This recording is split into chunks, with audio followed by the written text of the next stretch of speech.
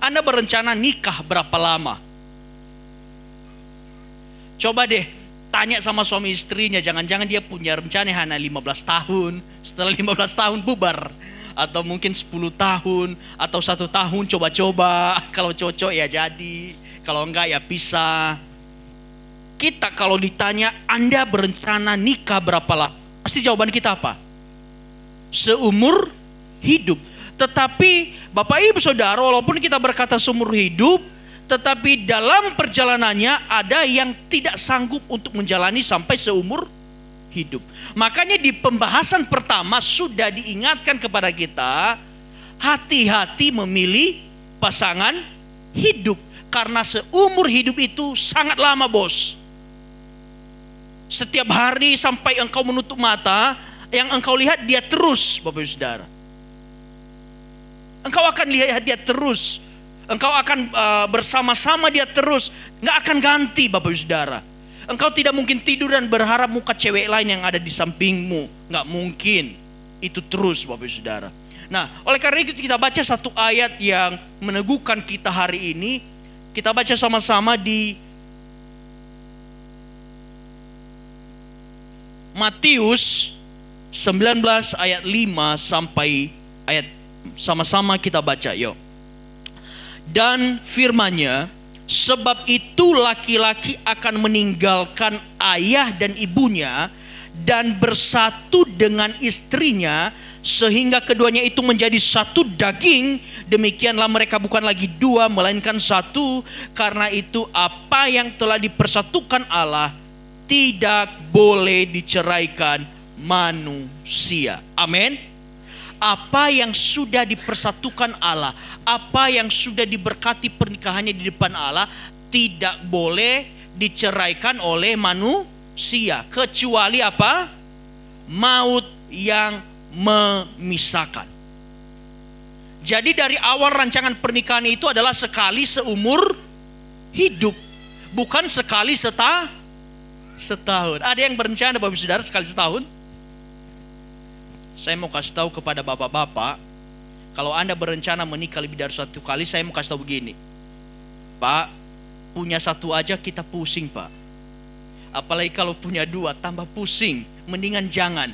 Ikuti kata firman Tuhan aja. Cukup satu. Anak boleh dua, tetapi istri hanya satu. Amin. Jadi Bapak Ibu Saudara, dikatakan pernikahan itu hanya satu kali untuk seumur hidup. Karena apa yang sudah diberkati Tuhan tidak boleh diceraikan oleh manusia, oleh alasan apapun itu. Nggak mungkin engkau datang ke pendetamu, engkau datang ke saya, Pak, saya mau pisah. Kenapa mau pisah? Dia nggak cocok dengan saya. Dia laki-laki yang nggak peka. Dia laki-laki yang gak pengertian, saya mau pisah. Gak mungkin Bapak Saudara. Gak mungkin saya bilang, oh begitu ya Bu, yuk kita adakan perpisahan antara kalian. Gak mungkin. Ataupun istri datang kepada saya dan berkata, Pak Gam, saya mau pisah dengan suami saya. Lah kenapa Bu? Istri saya itu tidak pandai bikin kopi. Ini terbalik, ini untuk istri. Suami yang datang lagi, dia bilang istrinya nggak pandai bikin kopi. Masa bikin kopi nggak bisa bikin saya tidur 1 minggu? Nah begitu contohnya. Masa setiap masak selalu asin? Dan ada berbagai macam lagi Bapak Ibu Saudara. Berbagai alasan yang tidak sedikit membuat kita berkata saya ingin pisah. Tahu Bapak Ibu Saudara? Di kalangan selebritas ada yang kita lihat pernikahannya baik-baik saja, tiba-tiba muncul berita ini cerai, itu cerai.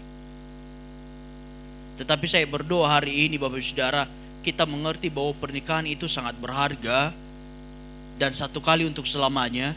Maka lihat baik-baik istrimu, suamimu yang ada di sampingmu, itulah pendamping hidupmu sampai engkau tutup mata, sampai engkau gak punya nyawa lagi. Tetapi di dalam firman Tuhan dikatakan begini Bapak Saudara. Seringkali yang menjadi pemicu keributan dalam rumah tangga di awal-awal adalah, jujur saja, adalah mertua. Setuju Bapak Ibu? Kok yang sini kayaknya dengan mertua aman-aman saja? Aman? Kira-kira setuju nggak? Kalau di awal-awal pernikahan, biasanya yang jadi pemicu keributan dalam rumah tangga suami istri adalah siapa? Mertua. Setuju apa tidak? Setuju ya? Oke. Makanya firman Tuhan itu sedini mungkin dari awal dikatakan begini.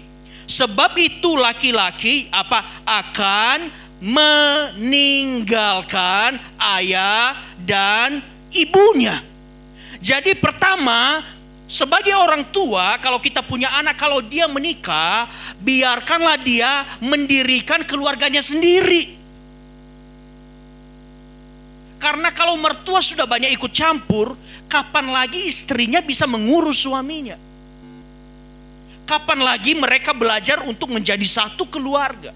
Makanya dikatakan akan meninggalkan ayah dan ibunya dan bersatu dengan istrinya. Dari awal itu sudah dikatakan demikian Bapak Ibu Saudara. Dan kemudian kita sebagai anak-anak yang sudah menikah, ini sudah difirmankan. Kita harus pandai merawat keluarga kita sendiri. Makanya sebisa mungkin kalau kita sudah menikah, kalau kita mau belajar keluarga kita mandiri, pisahlah dengan orang tua ketika Anda sudah menikah. Karena kalau Anda masih satu atap dengan orang tua, pasti konflik tidak bisa dihindarkan. Sebaik apapun mertua, karena mertua juga menantu akan banyak perbedaan yang mencolok, yang saling melihat. Makanya sudah dikatakan dari awal, meninggalkan ayah dan ibunya. Kita sebagai orang tua harus mengerti kalau anak kita sudah menikah, maka dari sebelum dia menikah kita mengambil keputusan atas hidupnya. Tetapi setelah dia menikah kita bukan pengambil keputusan lagi, tetapi kita hanyalah orang yang memberi masukan. Amin. Kita yang mungkin berjalan menjadi orang tua dan anak kita menikah, kita harus ingat firman Tuhan hari ini. Kalau anak kita sudah menikah, ingat kita bukan pengambil keputusan lagi, tetapi kita hanya memberikan masukan karena dia sudah punya keluarganya sendiri. Sehingga keduanya itu menjadi satu daging. Demikian lagi mereka bukan dua melainkan satu. Nah, jadi pertama-tama di pernikahan kita harus mengerti laki-laki dan perempuan, dan kemudian yang menikah itu harus meninggalkan ayah dan ibunya, bersatu dengan istrinya, mereka membentuk keluarga dan mereka belajar, Bapak Ibu Saudara. Kemudian lanjut Bapak Ibu Saudara, kita hari ini mau belajar tentang landasan pernikahan Kristen. Kenapa kita belajar landasan Bapak Ibu Saudara? Karena kalau pernikahan kita landasannya gak kokoh, pasti pernikahan kita akan hancur. Tetapi kalau landasan pernikahan kita kuat, maka seberapapun kita bangun ke atasnya, di atasnya pasti akan kokoh dan tidak akan hancur. Nah, pertama, apa yang menjadi landasan pernikahan Kristen? Kita baca sama-sama yuk. Sama-sama percaya Tuhan Yesus. Ini poin pertama yang gak boleh dilewatkan. Ketika kita memutuskan untuk menikah, kita harus punya satu prinsip bahwa suami atau istri saya harus sama-sama percaya Tuhan. Kenapa harus sama-sama percaya Tuhan? Kita baca sama-sama 2 Korintus 6, 14, 15. 3, 2 ya. Janganlah kamu merupakan pasangan yang tidak seimbang dengan orang-orang yang tak percaya. Sebab apakah persamaan antara kebenaran dan kedurhakaan, atau bagaimanakah terang dapat bersatu dengan gelap? Persamaan apakah yang terdapat antara Kristus dan Belial? Apakah bagian bersama orang-orang percaya dengan orang-orang tak percaya? Jadi dari awal sudah dikatakan, jangan kamu merupakan pasangan yang tidak seimbang dengan orang yang tidak percaya. Jadi poin pertama sebelum kamu menikah, kalau orang Batak, kalau mau menikah, tanyanya apa dulu? Kamu boru apa, Dek? Tapi saya mau katakan, tanya boru itu nomor 2. Tapi tanya dulu, Dek, ke gereja kah kamu, Dek, atau kemana? Kalau dia bilang ke gereja, boleh lanjut, tanya boru apa? Kalau udah borunya udah sesuai, oh nggak ada masalah, barulah jalin hubungan yang serius. Karena saya punya pengalaman Bapak Saudara. Ada orang yang pacaran beda kepercayaan. Dia katakan saya mau tarik dia jadi percaya Yesus. Besok-besoknya dia yang ke tempat lain. Jadi bohong itu kalau ada yang berkata saya mau dia tarik dia percaya Yesus. Yang aman-aman saja, harus sama-sama percaya Tuhan. Kenapa harus sama-sama percaya Tuhan? Satu Bapak Ibu Saudara, supaya sebagai suami istri sama-sama bertumbuh di dalam pengenalan akan Allah. Jangan sampai Bapak Ibu Saudara kita menikah beda kepercayaan. Kasihan anak-anak kita nanti mikirnya kemana? Sedari awal sudah dikatakan bahwa janganlah pasangan yang tidak seimbang dengan orang yang tidak percaya. Supaya apa? Supaya kita itu kalau sama percaya Tuhan Yesus, maka kita akan sama-sama bertumbuh. Kita mengenalnya siapa? Tuhan Yesus. Kita berdoa dalam nama Tuhan Yesus, jangan sampai pasangan kita berdoa dalam nama lain. Itu yang pertama. Kita bisa berdoa bersama-sama. Bapak Ibu Saudara, saya percaya begini, keluarga kita akan terus bertumbuh, akan terus kokoh kalau kita berdoa bersama-sama dengan nama yang sama. Amin. Jadi Bapak Ibu Saudara, biar kita sama-sama bertumbuh di dalam pengenalan akan Allah. Kedua, memiliki dan arah tujuan hidup yang sama. Kita sama-sama dengan pasangan kita. Yuk kita sungguh-sungguh dalam Tuhan, supaya nanti kita sama-sama dijemput oleh Tuhan Yesus naik ke surga. Kalau berbeda, udah beda kasusnya Bapak Ibu Saudara. Kita punya visi yang sama, kita arah tujuan yang sama, di mana kita mau ke surga bersama-sama Tuhan Yesus. Dan ketiga, kita sama-sama mengalami kasih Tuhan. Kita boleh sama-sama berkata seperti lagu tadi, Tuhan Yesus baik. Kita mengalami pergumulan bersama-sama. Oleh karena itu apa? Dalam pernikahan, landasan yang paling utama terutama adalah harus sama-sama percaya Yesus. Jadi ini gak boleh ditawar sama sekali. Kedua Bapak Ibu Saudara, landasan pernikahan Kristen. Yang kedua adalah menghidupi pernikahan sesuai kodrat Allah. Menghidupi pernikahan sesuai kodrat yang diberikan Allah dalam hidup kita. Efesus 5, 22, 23, 25 sama-sama kita baca. 3, 2, ya. Hai istri, tunduklah kepada suamimu seperti kepada Tuhan. Karena suami adalah kepala istri, sama seperti Kristus adalah kepala jemaat. Dialah yang menyelamatkan tubuh. Tetapi dikatakan demikian, hai suami, kasihilah istrimu sebagaimana Kristus telah mengasihi jemaat dan telah menyerahkan dirinya baginya. Bapak Ibu Saudara, pertama dikatakan begini, hai istri, tanduklah suamimu. Benar apa salah Bapak Ibu? Yang benar apa? Tunduklah kepada suamimu, jangan tanduk. Karena tidak sedikit setelah menikah banyak istri-istri bertanduk seperti banteng. Ada yang merasakan bapak-bapak? Katakan amin. Haleluya. Tanpa kita sadari istri-istri kita itu mulai bertanduk Bapak Ibu Saudara. Dia siap menanduk kita kapanpun. Tetapi bukan tanpa alasan. Kenapa istri bisa menanduk kita? Ada alasannya. Bisa jadi karena kekurangan kasih sayang dari suami. Makanya harus seimbang. Jadi kalau istrimu mulai nanduk-nanduk, perhatikan, jangan-jangan kamu sebagai suami kurang kasih surprise untuk istrimu.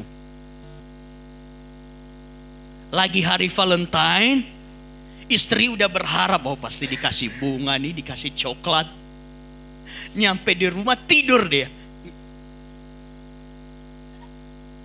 Biasanya istri itu sangat peka terhadap tanggal-tanggal.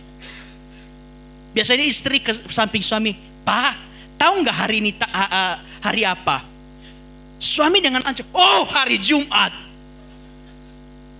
Masih belum sadar, oh hari Jumat. Kalau hari Jumat itu hari apa biasanya, Pak? Oh biasanya kita komsel katanya. Bener kan? Bener. Akhirnya istrinya capek. Nggak sadar dia nih. Tanya lagi. Papa masih ingat nggak tanggal pernikahan kita? Udah habis sudah. Biasanya ada suami pinjam HP istrinya. Kemudian istrinya bilang. Suaminya tanya. Passwordnya apa, mah? Istrinya jawab. Buka aja tanggal pernikahan kita. Suami sudah mulai gemetaran. Dia pegang apa ya? Oh, nggak jadi pinjam, saya udah selesai. Kenapa? Lupa tanggal pernikahan. Jadi jangan heran kalau suami sebagai istri sering nanduk, jangan-jangan lagi kurang kasih sayang. Karena saya juga dengarkan dari istri saya lagi kekurangan kasih sayang. Suami-suami ada yang sudah dengar kata demikian? Dengar ya. Nggak dengar apa kalau kita yang kurang peka, Bapak Ibu Saudara. Nah, dikatakan begini. Hai istri-istri, tunduklah kepada suamimu. Digambarkan seperti apa? Kristus dan jemaat. Jemaat itu harus tunduk kepada Kristus. Dan Kristus mengorbankan nyawanya untuk jemaat. Bapak Ibu Saudara, saya mau tanya deh kepada suami-suami. Jawab jujur ya. Seandainya tiba-tiba gempa yang kuat, biasanya kamu akan pergi sendiri atau apa selamatin istrimu? Ayo suami-suami. Biasanya, oh selamatin diri dulu atau biasanya pergi, oh nanti dulu. Atau kamu selamatkan dirimu. Selamatkan apa tinggal? Kurang kencang.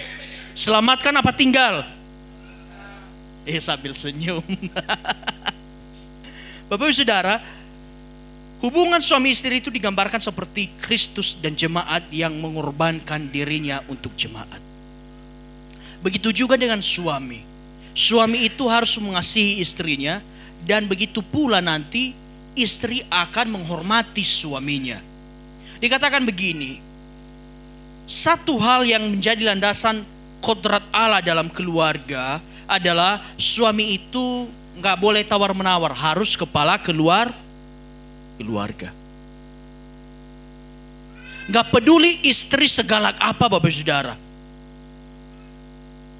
Yang jadi kepala keluarga nggak pernah istri, tetapi tetap suami. Kepala keluarga itu melambangkan apa? Melambangkan yang punya otoritas dalam keluarga, yang mengambil keputusan dalam keluarga. Jangan sampai istri mengambil kodrat yang diberikan Allah. Mungkin merasa dia lebih hebat dari suaminya, pangkatnya di kantor lebih tinggi dari suaminya, gajinya lebih besar dari suaminya, harga besarnya lebih kaya dari suaminya, maka dia berkata saya yang jadi kepala keluarga. Gak boleh, Bapak Saudara. Saya mau katakan hari ini, tetap yang jadi kepala keluarga siapa? Suami. Amin. Dan dikatakan istri sebagai apa? Penolong. Bapak Ibu Saudara, dikatakan penolong bukan berarti karena istri itu kuat. Tetapi dikatakan penolong karena apa? Karena suami itu tidak semua hal bisa dilakukan. Dia butuh istri untuk melakukan. Setiap kami mau pergi beribadah, yang setrika baju saya siapa? Istri saya. Memang saya berusaha setrika, Bapak Ibu Saudara. Tetapi kalau saya yang setrika satu, pasti masih kusut, sama yang disetrika dengan tidak setrika. Kalau saya yang setrika. Kedua, kalau dia mungkin dalam 10 menit bisa baju celana selesai, kalau saya bisa setengah jam. Kedua, selanjutnya apa lagi Bapak Ibu Saudara? Kalau istri itu biasanya dia punya kepekaan untuk melihat. Kalau urusan mencari barang, biasanya suami itu buta hal itu. Biarpun sudah ada depan mata, istri bilang, kaos kaki itu ada di rak ketiga paling atas. Kalau suami pergi rak ketiga paling atas, pasti nggak ketemu. Pasti bunyi lagi dari dalam, nggak ada. Tapi setelah istrinya masuk ke rak ketiga, ini apa? Biasanya kan begitu Bapak Ibu. Jujur saya secara pribadi, kalau urusan melipat kain itu kayak neraka. Saya lebih milih kerja fisik apapun, saya disuruh melipat kain. Tetapi rasanya kalau istri kalau melipat kain, dia rasanya begitu menikmati, begitu santai, begitu enjoy. Nah itulah dia kenapa istri dan suami itu saling melengkapi. Boleh jujur, Bu Gembala ini gak bisa ngangkat galon. Gak pernah bisa angkat galon. Dan itu memang tugas saya. Karena gak bisa. Tapi masalah lipat kain, dia gak akan pernah minta saya lipat kain. Karena dia tahu kalau lipat kain mungkin satu baskom aja bisa 1 minggu baru selesai. Jadi intinya istri dikatakan penolong bukan karena dia bisa segala-galanya, tetapi karena ada sesuatu dalam diri suami yang kurang, maka itu akan dilengkapi oleh istrinya. Makanya pernikahan dari awal sudah dikatakan apa? Laki-laki dan perempuan. Iblis bikin pernikahan laki-laki dan laki-laki sama, kacau. Jadi kita harus mengerti Bapak Ibu Saudara, kodrat Allah yang diberikan Tuhan dalam pernikahan kita. Laki-laki, perempuan, suami istri mengasihi dan menghormati. Istri tunduk kepada suami dan suami tunduk kepada otoritas Tuhan dalam keluarga. Jadi keluarga itu bisa berjalan dengan baik kalau 2 hal ini berjalan dengan baik. Kalau suami tunduk kepada Tuhan, maka nggak usah tanya, juga akan mempengaruhi istri tunduk kepada suami. Jangan sampai kejadiannya begini Bapak Saudara, istri yang ngajak ke gereja, "Pak, ke gereja yuk." Suami malah bilang, "Kamu aja." Padahal sebenarnya saya mau katakan, yang punya tanggung jawab lebih dalam keluarga untuk mengajak keluarganya hadir bertemu Tuhan siapa? Suami. Jangan sampai kebalik. Di kampung saya begitu Bapak Saudara. Itu kalau hari Minggu itu yang penuhi gereja siapa? Ibu. Suaminya nggak tahu kemana.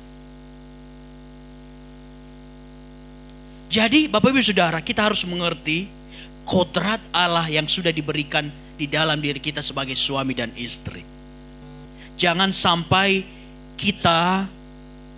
pernikahan kita bermasalah, pernikahan kita kolaps hanya oleh karena kita melanggar kodrat yang pernah diberikan Tuhan dalam pernikahan.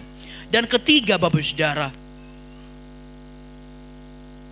apa yang menjadi landasan pernikahan Kristen adalah menjalani kehidupan bersama-sama. Ingat, dari awal dikatakan suami dan istri itu mereka menikah dan mereka menjadi satu.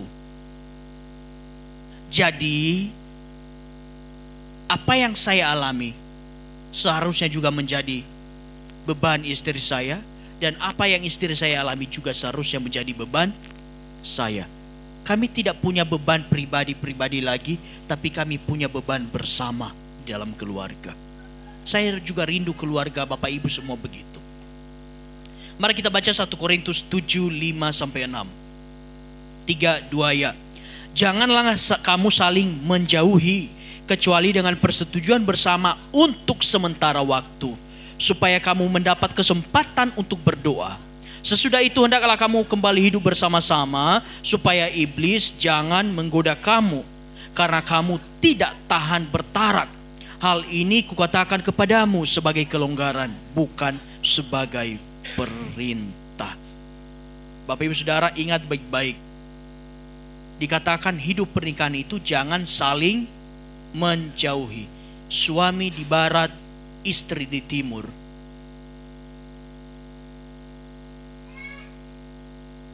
Dulu Bu Gembala pernah bilang ke saya, kayaknya papa nggak apa-apa deh berada di kota lain, yang penting uangnya gede. Saya nggak setuju. Saya bilang nggak mau. Saya nggak apa-apa kok ditinggal-tinggal, katanya. Yang penting pendapatan kita lancar. Ternyata saya tugas keluar kota 1-2 hari saja sudah ngomel. Kemudian saya bilang, gimana berjauhan selama 6 bulan, 1 tahun, 2 tahun, 1-2 hari saja sudah begini. Nah, kenapa bisa begitu? Karena memang dari awal Tuhan sudah bilang begini, hendaklah kamu jangan saling menjauhi. Hidup pernikahan itu sebisa mungkin harus tinggal bersama di atap yang sama. Jangan sampai kita sudah berkeluarga, kita menikah dan kita punya rumah, tetapi suami atau istri lebih pilih tinggal di rumah orang tuanya. Saya mau katakan begini Bapak Ibu Saudara, jangan nanti salah kamu punya pikiran, jangan-jangan suami saya selingkuh. Kenapa? Kamu gak tinggal bersama-sama dengan dia, kamu gak tahu keadaannya dia, kamu gak tahu pola hidupnya dia, akhirnya kamu sering curiga. Dari awal sudah dikatakan, engkau harus tinggal bersama. Di ayat pertama tadi apa? Suami itu laki-laki atau istri meninggalkan rumah ayah dan ibunya bersatu dengan istrinya. Jadi jangan salah, kalau suami atau istri memilih untuk selalu tidak tinggal bersama dengan suami atau istrinya, pasti iblis akan ambil celah untuk taruh dalam pikiranmu, jangan-jangan istri saya selingkuh, jangan-jangan suami saya selingkuh.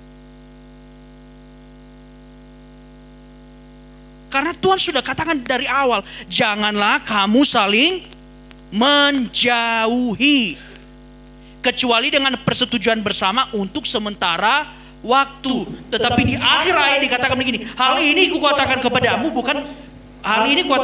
sebagai kelonggaran, bukan sebagai perintah. Artinya begini, mungkin kalian setuju untuk pisah sementara waktu, tapi sementara waktu mungkin karena kalian lagi bermasalah.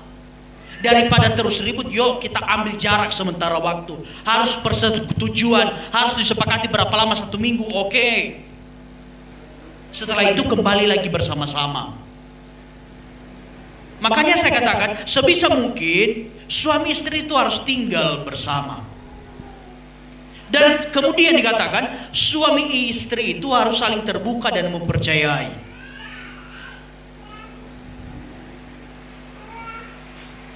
Saya nggak tahu istri saya, tapi saya sendiri, kalau saya percaya pasangan saya 100%, saya nggak peduli dia, misalnya ini contoh ya, dia mungkin membohongi saya, ataupun saya nggak peduli, yang saya terima adalah perkataan dari mulutnya, itulah yang saya terima. Setelah pernikahan Bapak Ibu Saudara, orang yang harus kamu paling percaya siapa? Suami atau istrimu sendiri. Jangan sampai engkau lebih percaya orang lain dibanding istrimu. Kalau kita lebih percaya apa perkataan orang lain dibanding istri kita, maka itu jadi celah untuk pernikahan kita menjadi berantakan. Maka dalam pernikahan itu harus ada keterbukaan. Dan kemudian Bapak Ibu Saudara, tinggal bersama berarti melewati musim kehidupan bersama-sama. Ada 2 musim kehidupan dalam pernikahan yang agak berbeda. Biasanya kalau pernikahan lagi berhasil diberkati, biasanya yang suka neko-neko siapa? Suami. Tapi kalau ekonomi keluarga lagi merosot betul, biasanya yang suka neko-neko siapa? Istri. Ini dua musim yang tidak bisa dihindari dalam kehidupan kita. Tapi saya mau katakan bagi anak-anak Tuhan, kita harus hidup bersama-sama dalam segala musim kehidupan. Makanya ketika ketika ada janji nikah, kita berdoa ya, mungkin ke depan di how ada yang menikah, supaya kita sama-sama bisa mendengarkan janji pernikahan lagi bagi yang sudah menikah lama. Makanya satu poin di janji nikah itu apa? Aku akan setia menerima engkau sebagai suami atau istriku, baik keadaan miskin maupun kaya. Jadi kalau kalian lagi miskin, kalian tetap suami istri. Juga nanti kalau kaya, kalian juga tetap suami istri, Bapak Saudara. Saya juga mau katakan begini, jangan-jangan juga kita gak diberkati keluarganya karena kita belum dewasa. Tuhan bilang, jangan-jangan nanti saya berkati nih orang suaminya neko-neko nih macam-macam. Makanya kesatuan hati dalam keluarga itu juga menjadi titik di mana Tuhan akan berkati. Ketika berada di titik terendah, engkau tetap setia kepada suamimu, tetapi ketika engkau titik tertinggi juga, engkau juga setia kepada istrimu.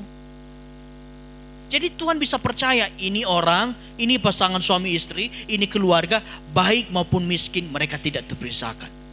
Dan saya percaya keluarga seperti ini diberkati Tuhan. Amin.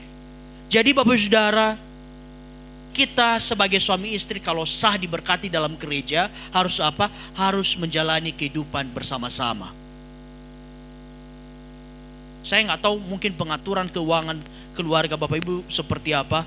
Tapi jujur, saya pengaturan keuangan saya dan Ibu Gembala nggak ada uang suami, nggak ada uang istri. Biasanya kalau kami gajian, kami lebur jadi satu. Maka kami katakan ini adalah penghasilan kita. Maka dari penghasilan kami itu kami baru potong. Nanti bisa lihat di pengumuman gereja, nggak ada yang namanya persepuluhan Pak Gembala, persepuluhan Pak Ibu Gembala. Nggak ada pisah, tapi langsung persepuluhan keluarga Gembala. Karena apa? Karena sudah dari awal mereka dua menjadi satu. Jadi kita harus mengerti Bapak Ibu Saudara, pernikahan itu bukan hanya sekedar tinggal bersama, tetapi harus hidup bersama. Maksudnya begini, hidup bersama itu apa?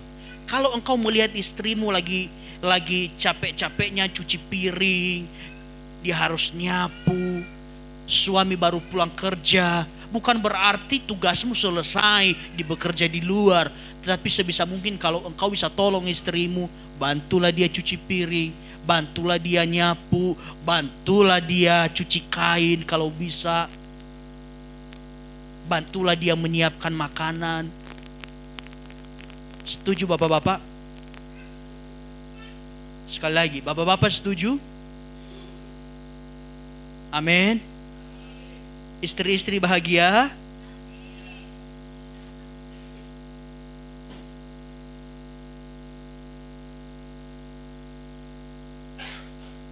Dan begitu juga, jangan juga istri bilang begini, tugas saya kan di rumah sebagai istri penolong, saya gak mau kerja. Sebisa mungkin kalau engkau punya kesempatan, bantulah suamimu untuk sama-sama bekerja, supaya keluarga kita makin cepat berkembangnya. Saya dan Ibu Gembala sama-sama bekerja. Dia bekerja di kantor, saya juga bekerja di kantor. Memang pernah ada ide untuk berkata saya yang bekerja, tapi kami bahas lebih jauh. Kita sedikit akan terganggu ekonomi keluarganya kalau cuma satu yang bekerja. Bagaimana kalau kita bekerja dua-duanya dan kita saling menikmati? Dan puji Tuhan hari ini kami bekerja berdua. Dan juga pekerjaan di rumah bukan pekerjaan istri saja. Pekerjaan di rumah itu juga kami lakukan bersama-sama. Seperti minggu lalu saya bilang saya tertangkap basah lagi cuci kain. Bukan kenapa tertangkap basah, karena kalau tertangkap kering itu lagi jemur.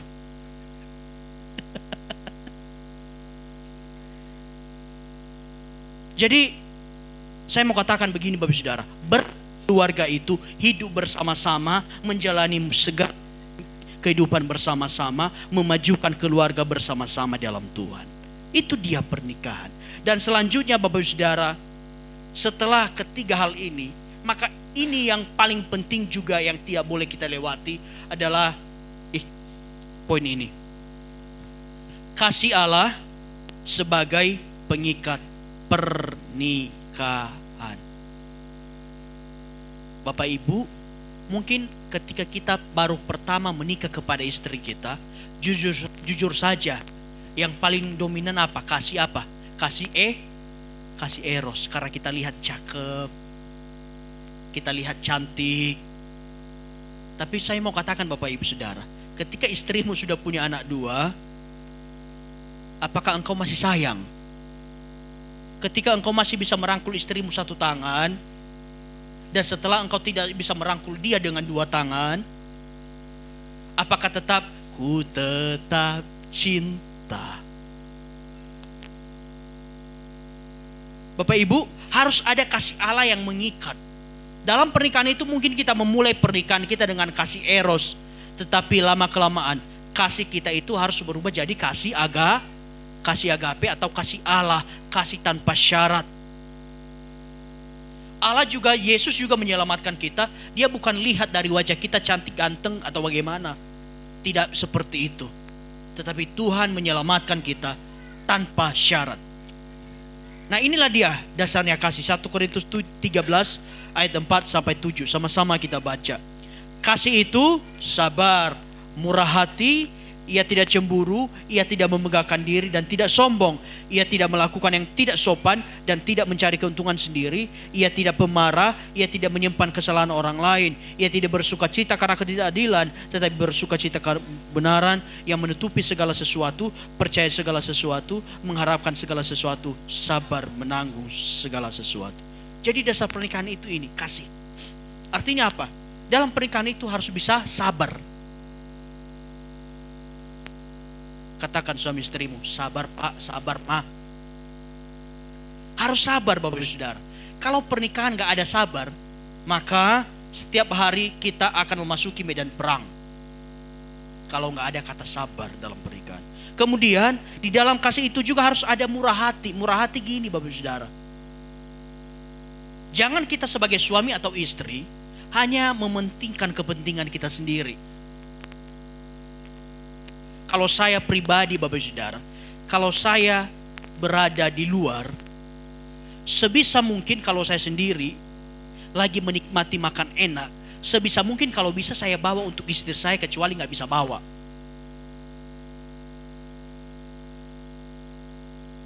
Sebisa mungkin kalau kita beli sesuatu, kita harus ingat istri kita. Harus ada hati yang kita berikan kepada istri. Jangan sampai kita hanya mementingkan kepentingan kita saja. Dan kemudian dikatakan, ia tidak cemburu. Cemburu dalam arti begini Bapak Saudara. Cemburu buta. Sering nuduh suami atau istri tanpa dasar yang jelas. Kemudian, ia tidak melakukan yang tidak sopan, tidak mencari keuntungan sendiri. Jadi jangan sampai dalam pernikahan berpikir begini, engkau sedang memanfaatkan istrimu atau engkau sedang memanfaatkan istrimu untuk kepentinganmu sendiri. Dan kemudian tidak pemarah, tidak menyimpan kesalahan. Bayangkan Bapak Saudara, kalau seorang suami atau istri menyimpan kesalahan istrinya sampai kapanpun. Biasanya ini ahlinya ibu-ibu nih. Biarpun kesalahan suami 10 tahun, pasti masih ingat dia. Pasti masih ingat. Saya mau katakan kepada Bapak Saudara, jangan sampai kita menjadi orang yang mengingat-ingat kesalahan suami atau istri kita. Kalau dia sudah minta ampun, udah selesai begitu saja. Jangan lagi diingat. Ingat. Janji ibu-ibu. Tadang.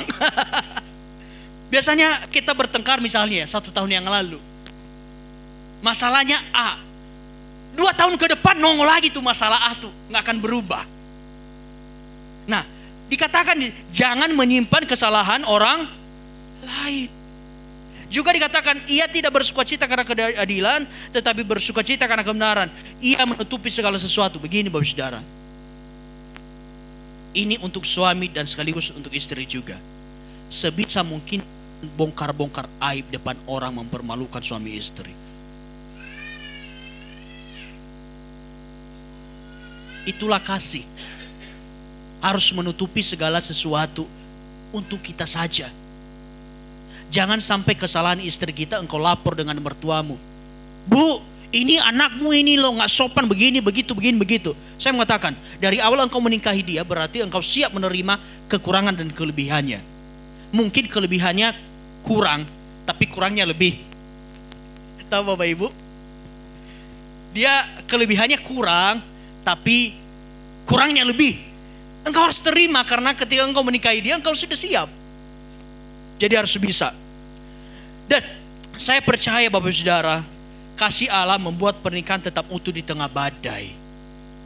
Kalau suamimu pernah melakukan kesalahan yang fatal, pernikahan itu akan tetap utuh kalau engkau punya kasih Allah, karena engkau bisa mengampuni. Tapi kalau engkau tidak punya kasih Allah, engkau berkata, 1 kali ya, 2 kali ya, 3 kali selesai kita. Tetapi kasih Allah tidak ada 1 kali, 2 kali, 3 kali. Selagi kita punya kasih Allah, kita bersedia mengampuni. Dan suami kita kalau dia punya juga kasih Allah, dia pasti mau bertobat. Amin. Jadi Bapak Ibu Saudara, terakhir saya mau tanyakan kepada kita.